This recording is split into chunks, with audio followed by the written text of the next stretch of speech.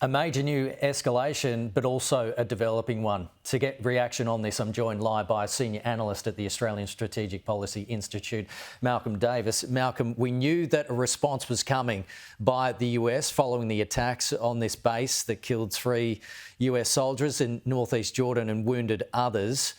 Your response initially to what's just happened overnight?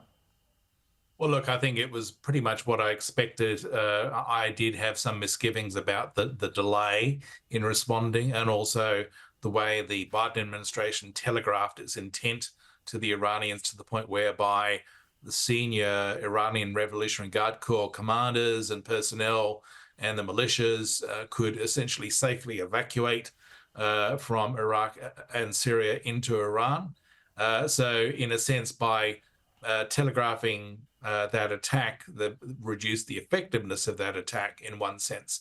But the Americans are very keen to avoid escalation here.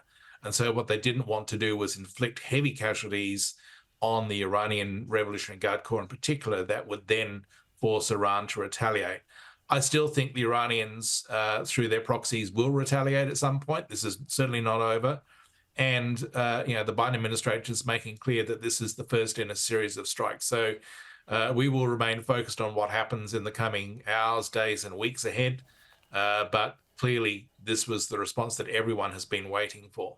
Yeah, we're getting statements and responses coming out in the media gradually. An Iraqi military spokesperson, in a statement reported by Reuters, says these airstrikes constitute a violation of Iraqi sovereignty, undermine the efforts of the Iraqi government, and pose a threat that could lead Iraq and the region into dire consequences. And so far, there's been reports that 13 people have been killed in those strikes in eastern Syria, but as you mentioned, no indication that they are senior members of militia that are backed by Iran.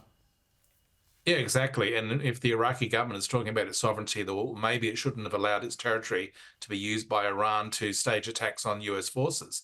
The Iranians have basically infiltrated every aspect of Iraqi society and Iraqi government, to the point whereby I think that the question of Iraqi sovereignty needs to be looked at hard. The US had to respond to the attacks that killed 3 soldiers. For the US not to respond would have been a horrendous signal weakness, not just to the Iranians, but also to Moscow and to Beijing. And I think it would have global consequences if the US hadn't responded effectively. Now, it's early days yet in terms of this campaign. How the Biden administration evolves this in terms of its operations in coming days and weeks, and how it essentially continues to attack the IRGC and the militias, will be very interesting to see. But my main concern is that these US strikes are there to degrade the capabilities of the militias to carry out further attacks, but they won't create credible deterrence to such attacks with Iran. And so I fear that at some point in the future, the Iranians will launch more attacks that could kill more US service people. And then the pressure on the Biden administration to do something far more Yeah. decisive than what we're seeing today will be immense.